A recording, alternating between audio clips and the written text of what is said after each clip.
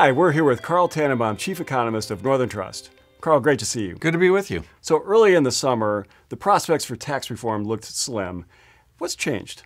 We wrote in the summer that tax reform was unlikely because the political and financial calculus argued against it. The political calculus was complicated by the fact that there were a community of Republicans that didn't want to add a nickel to our debt or deficit.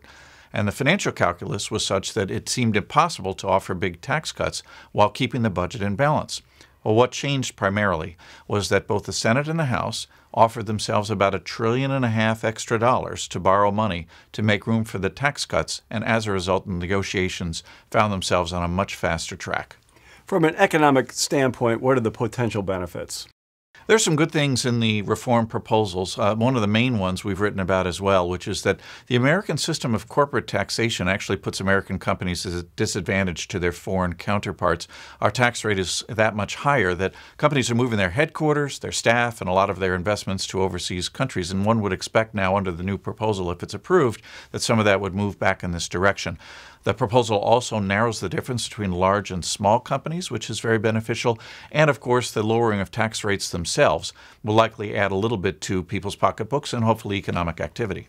What's the potential impact on the federal budget?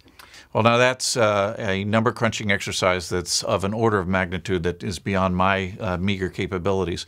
They're going to have to calculate not just what the initial cost is, but then how the economy will react.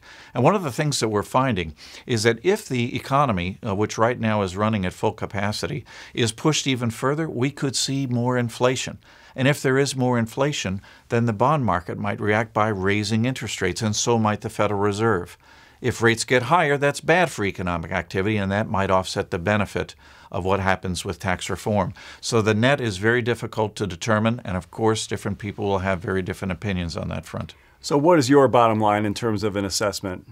I'd have to tell you that, again, while there are good elements to it, the timing may not be right. We're 8.5 years into an economic expansion. We've just had 2 consecutive quarters of very strong growth. Unemployment is much lower than when we've done tax reform before, and so the risks of overheating the economy with this measure are high. And I worry a little bit about how much we're adding to the debt, not just in the 10-year window, but beyond, debt that our children are going to have to repay. Carl, thank you for your perspective. It's my pleasure.